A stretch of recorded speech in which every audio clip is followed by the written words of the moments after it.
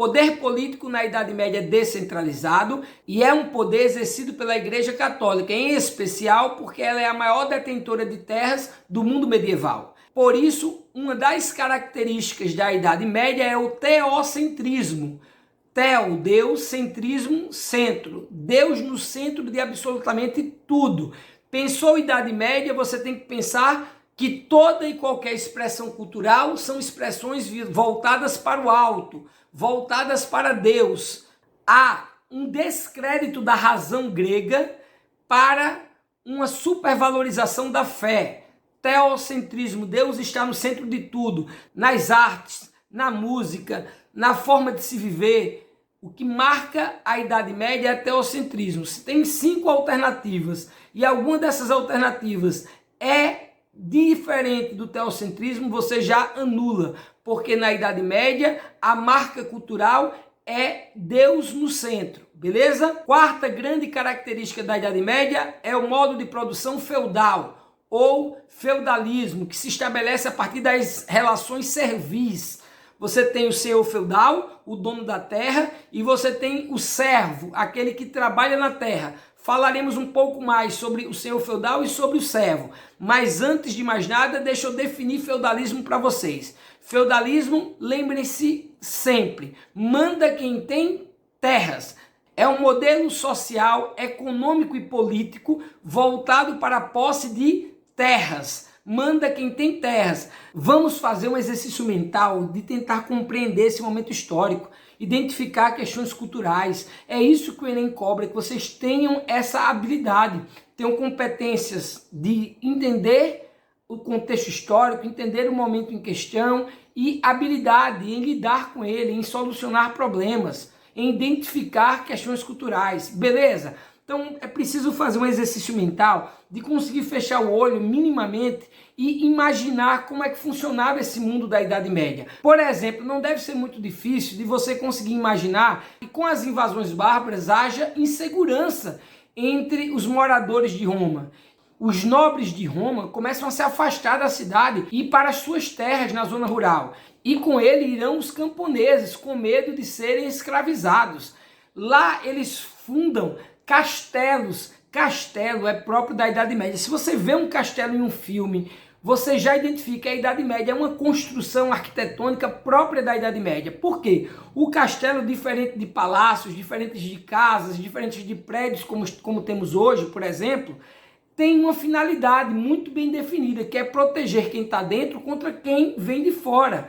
O mundo está extremamente inseguro. Você já não tem mais a figura central do imperador e nem o exército para lhe proteger. Todo mundo começa a ir para a zona rural e se autoproteger. Constrói essas muralhas, que nós chamaremos de castelo, e começam a sobreviver do que produzem da agricultura desses locais. Esses locais passam a ser chamados de feudos. Quem manda no feudo é o senhor feudal. Quem trabalha no feudo são os servos. Esses feudos geralmente eram divididos em 3 partes: manso senhorial, manso servil e manso comunal. O manso senhorial são as terras do senhor. Quem é que trabalha nelas? O senhor? De forma alguma. Quem trabalha é os servos. Quem trabalha nelas são os servos. É uma forma de pagar pela proteção do seu senhor e para usufruir da terra do seu senhor. A outra parte do feudo, que nós chamamos de manso servil, é a parte dos servos. Agora percebam, o servo primeiro tinha que trabalhar no manso do seu senhor. Sobrando tempo, ele trabalhava na sua terra. Detalhe, viu? Esse servo que trabalhava na sua terra tinha que dividir a produção com o seu senhor. E se por acaso tivesse alguma questão climática, algum desastre, o que fosse produzido ia para o senhor. Já o manso comunal era terras que podiam ser usadas tanto pelo servo quanto pelo seu senhor. Mas já vai mais um detalhe aí. Geralmente essas terras eram bosques de caça. E os servos, quando podiam usufruir, era, por exemplo, para tirar madeira, para poder se aquecerem, entre outras coisas. Ou a serviço dos seus próprios senhores. Os servos estavam presos à terra. Eles tinham que pagar diversos impostos aos seus senhores. Dentre eles, a talha, a corveia e a banalidade. Vou explicá-los. A talha era a obrigação do servo de dar metade do que ele produzisse em suas terras ao seu senhor.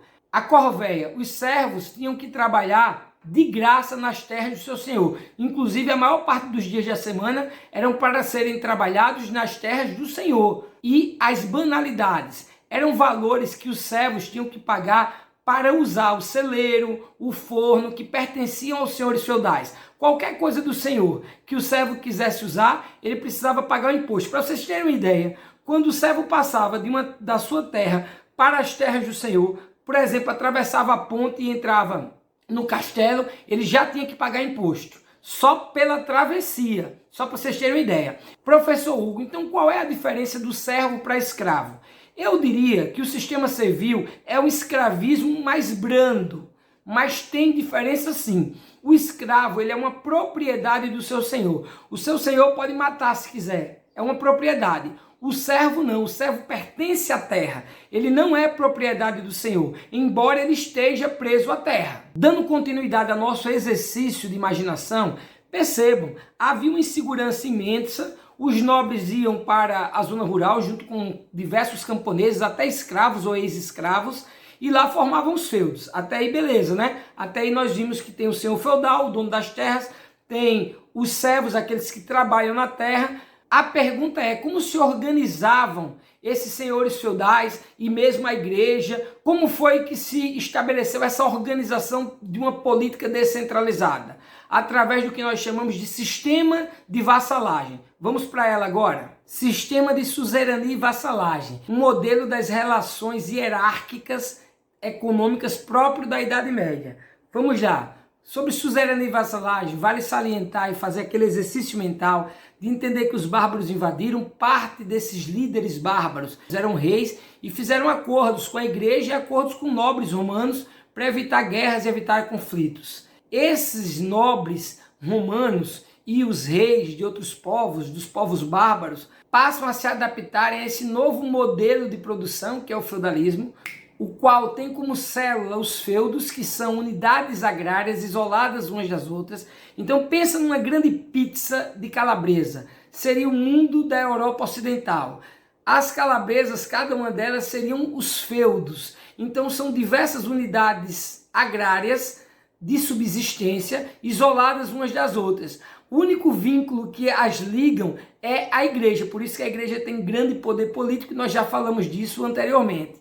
Agora pensa assim, agora no exercício de imaginação para visualizarmos o mundo medieval, o que foram as relações de suzerania e vassalagem. Esses reis dos povos bárbaros que agora estão se adaptando ao modelo feudal, se adaptando a essas relações hierárquicas do modelo de produção feudal, passam a dar suas terras para o que nós chamaremos de vassalos. Não só eles, os nobres romanos também, que detentores de terras, passavam também a doar parte das suas terras aos seus vassalos. Então, o dono das terras era chamado de suzerano. Aqueles que recebiam as terras eram chamados de vassalos. Cuidado, viu? Eu não estou falando aqui de senhor feudal e servo, não. O senhor feudal é o dono das terras, os servos são os que trabalham nas terras. O suzerano era o que tinha mais terras e doava parte de suas terras aos seus vassalos. O vassalo, por sua vez, era um senhor feudal e tinha servos.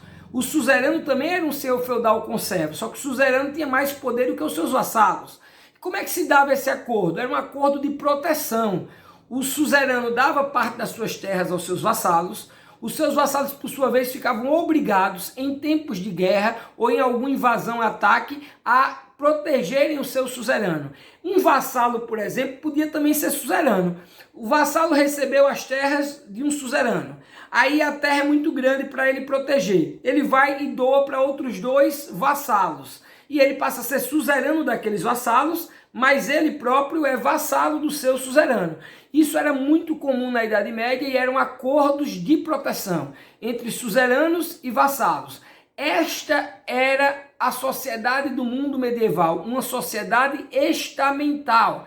Então nós passamos para a última grande característica da Idade Média, sociedade em estamentos, que não havia mobilidade social ou que tinha pouquíssima mobilidade social, beleza? É uma sociedade estamental. O servo sempre seria servo. Por sua vez, o nobre poderia ser padre, e aí subia a hierarquia. Então, havia até mobilidade social, mas ela era muito pequena. Uma vez servo, sempre servo. Uma vez senhor feudal, sempre senhor feudal. A pirâmide da Idade Média era o clero em cima, como vocês podem perceber aqui. Você tem o topo da pirâmide do clero, que representa a Igreja Católica, nós já falamos muito sobre isso. Abaixo você tem os nobres, né, os senhores feudais, e na base da pirâmide você tem os servos e camponeses. Eis aqui a sociedade estamental. Então, como eu falei, sociedade estamental é quando não tem mobilidade social, mas nesse caso aqui até tinha, mas uma mobilidade muito pequena. Era possível, por exemplo, que um nobre se tornasse padre, se tornasse bispo, fosse para o clero. Inclusive no clero você tem o alto clero e o baixo clero. O alto clero, os bispos, os arcebispos, o baixo clero, os padres, os frades, beleza? Se você esperou até aqui, eu vou te dar uma dica de ouro. Lembra disso aqui, eu vou te dar uma dica de ouro. Se você ficou até aqui, você vai ter uma dica de ouro para a Idade Média. A Idade Média só tinha 3 estamentos, 3 elementos aí culturais. Você tinha os que oravam, os que guerreavam e os que trabalhavam. O clero tinha como função oficial rezar. A nobreza, os senhores feudais, tinham como principal função guerrear. Até o esporte deles eram esportes para guerra. Vocês já devem ter assistido algum filme que vem 2 cavaleiros com lanças ou disputa de espada. Até o esporte era um esporte que preparava para a guerra, para a luta. Então a função dos nobres era guerrear. Vale salientar aqui também que a educação era própria para o primeiro estamento, para o clero. Os nobres sequer sabiam ler. Era mais uma forma de domínio da Igreja Católica. Quem sabia ler e escrever eram os padres da Igreja Católica. E por fim, os servos, que tinham por função trabalhar. Então na Idade Média você tem os que rezam, os que guerreiam e os que trabalham. O clero, a nobreza e os servos. Beleza? Não esquece isso não. Vale salientar também que o clero exercia grande poder político, lembra do poder da igreja, em uma sociedade extremamente religiosa, onde o conceito de separação entre religião e política era extremamente desconhecido. Vai vir só com Maquiavel. Vai uma dica aí, viu? Maquiavel é quem separa religião de política. E nunca, absolutamente nunca deixou de cair na prova do Enem. Você tem uma aula aqui só sobre Maquiavel, não deixa de conferir essa dica. Os servos constituíam a maior parte da população na Idade Média, viu? Com a função de trabalhar. Passamos agora para a Baixa Idade Média, quando a Idade Média vai entrar em declínio. E lembram também que eu disse que sempre que nós estamos passando de uma fase para outra, obrigatoriamente nós temos uma crise? Pois bem, vai ter uma crise na Idade Média, que a partir das saídas encontradas pela humanidade para essa crise, vão gerar características específicas que faz emergir a modernidade, ou a Idade Moderna. Então temos a passagem da Idade Média para a Idade Moderna. Essa eu vou falar um pouco menos, porque lá na aula de Idade Moderna, que você não pode perder, já está disponível, eu vou deixar aqui o link na descrição dessa aula. Você não pode perder a aula da Idade Moderna. É o segundo tema que mais cai no Enem. Então não tem como você abrir a prova do Enem e não encontrar uma questão sobre Idade Moderna. Assim como a Idade Média, eu dei lá todas as principais características da Idade Moderna. E com elas você mata 90% das questões que caiam sobre Idade Moderna. Então não deixa de conferir esse vídeo, beleza? Então eu vou falar menos, porque lá eu também falo da passagem da Idade Média para a Idade Moderna. Vamos lá. Primeiro, como eu falei para vocês, sempre que nós estamos passando de uma fase para outra, temos uma crise. Então qual foi a crise que fez emergir a modernidade e, por sua vez, declinar a Idade Média? Quase 1000 anos de história agora está chegando ao seu fim. Vamos observar quais foram os motivos pelos quais a Idade Média entrou em crise. Tem alguns autores e livros e professores que trabalham 3: fome, guerras e peste. Aqui nós trabalharemos 5. Aumento da população, que tem como consequências a fome e as guerras.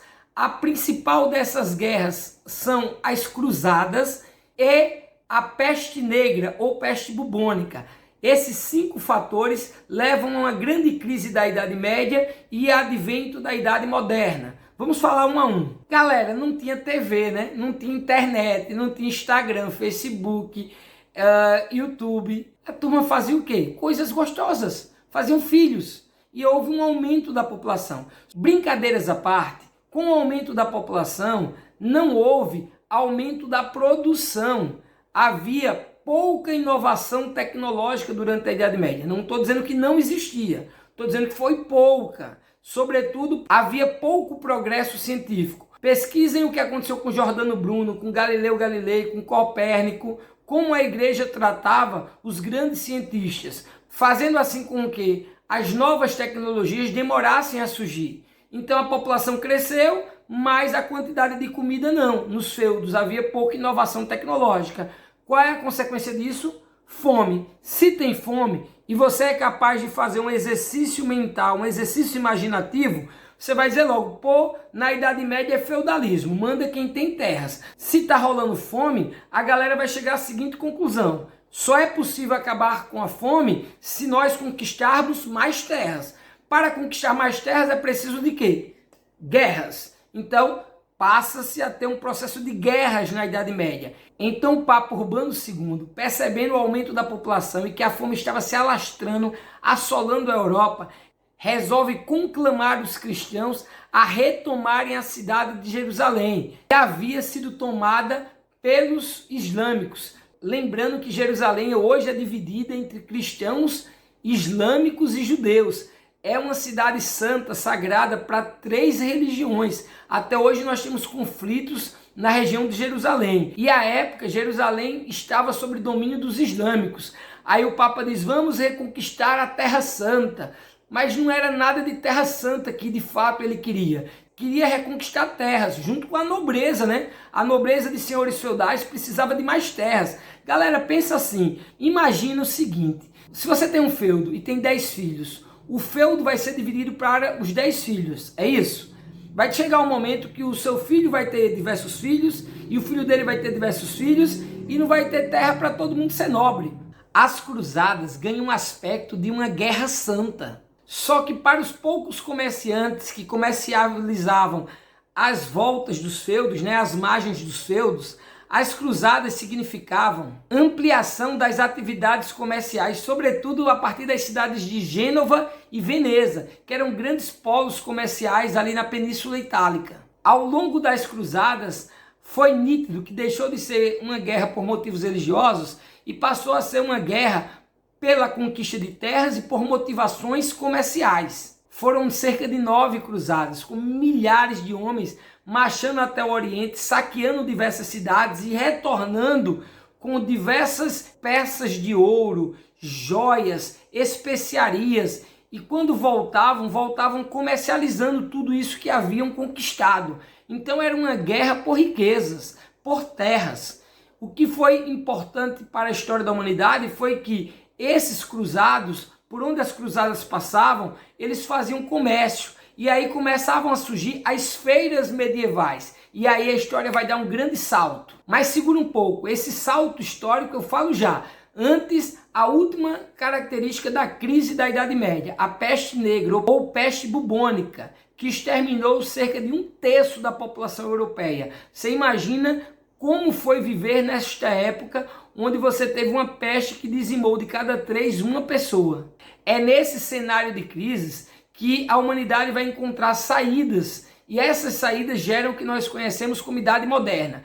A primeira delas ainda está relacionada às feiras medievais que eu acabei de falar. Essas feiras que passaram a existir, rapidamente foram fazendo muralhas ao redor, e dentro dessas feiras se praticava o comércio. Esses locais passaram a ser chamados de burgos, e aqueles que comercializavam dentro dos burgos passaram a ser chamados de burgueses. Está surgindo aí uma nova classe econômica, a burguesia. Essa burguesia vai ser responsável daqui a pouco por mudar a história do mundo, em especial lá no final da Idade Moderna, com as revoluções burguesas. Então não deixa de conferir a aula da Idade Moderna e depois confere as revoluções burguesas. Sempre, absolutamente sempre no Enem cai uma ou duas das revoluções burguesas. Pois bem, nós tivemos a crise da Idade Média com o aumento da população, a fome que desencadeou guerras, dentre elas as mais importantes foram as cruzadas e a peste negra. O cenário é de caos, ok?